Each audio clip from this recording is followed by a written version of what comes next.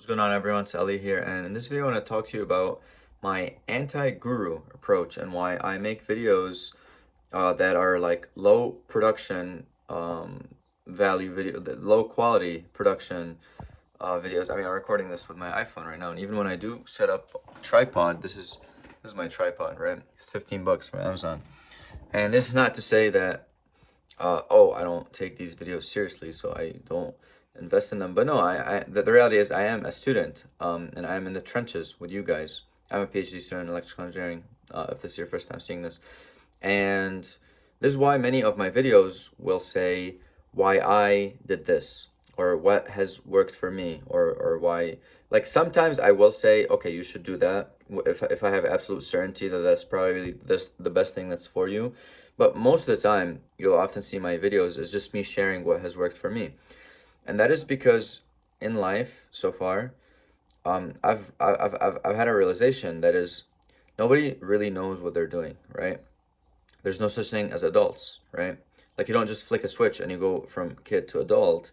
You're just you're born a human, you grow up as a human, and you stay a human, and then you die as a human. And throughout this whole journey as a human, you're going through life for the first time, just like everyone else. So nobody has gone through life twice, at least that we know of, right? That's alive today. And thus, like by definition, you can't really be a guru or an expert on something that like you're going through the first time, right? And maybe you can in some areas, or like maybe you could have wisdom, you could have experience, but you could never come with absolute certainty and say, hey, this is the truth, and this what happens with 100% certainty.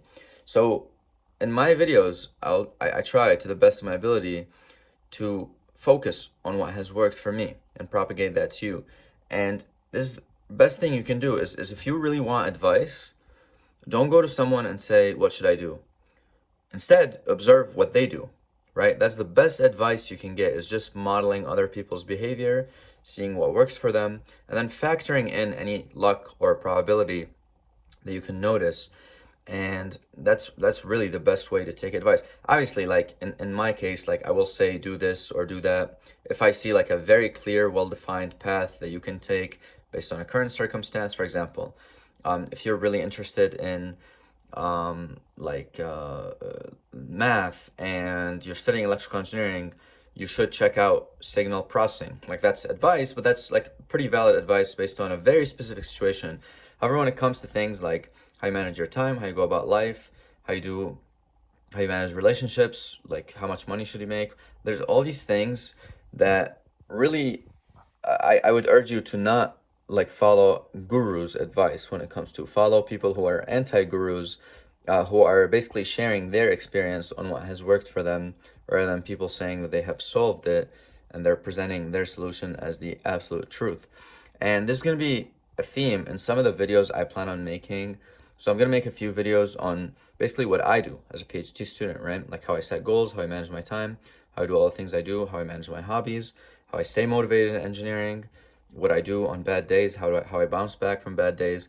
All these things are based on the experiences that I've accumulated, but I'll always try to remember to add the disclaimer that, hey, this is what has worked for me, and the best thing you can do is model this behavior in case if you find it interesting. For example, if I present a piece of something that I do and you find it to be interesting, you should give it a shot and see how it works for you. And that's the best way you could learn from someone, right?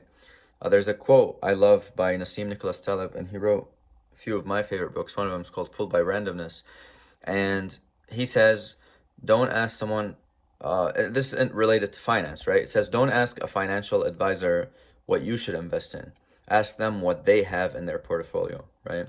And likewise, many times we go to gurus and ask them for advice, but if they are in a situation that you would like to be in, just observe what they did and how they did it, and ask them how they did it, and then factor in any luck or anything else that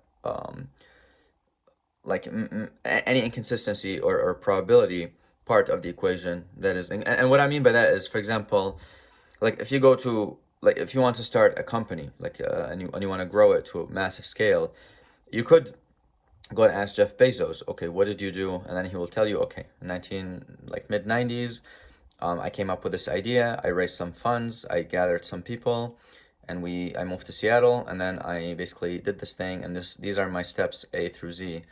And if you take these today and follow them to the max, you're not guaranteed to achieve the same results, because there's still that element of luck where, or Jeff Bezos would call it, the stars were aligned such that the timing was right, the market was right, everything else was right. So you still should factor in these variables if you're trying to model someone else's behavior, to try to get someone else's results. But that is still the best form of advice, because if you go and see what Jeff Bezos did, for example, in the case of Amazon, well, he hyper focused on Amazon. He thought about the long term.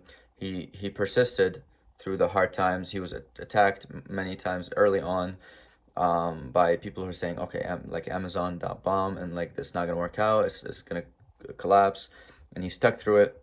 So you could model these character traits and tendencies, but then given the stars may not be aligned in your favor, you're only increasing the odds of you succeeding. You're not guaranteeing your success. Nothing in life is guaranteed. Life is not fair, and you could do everything right and you could still fail.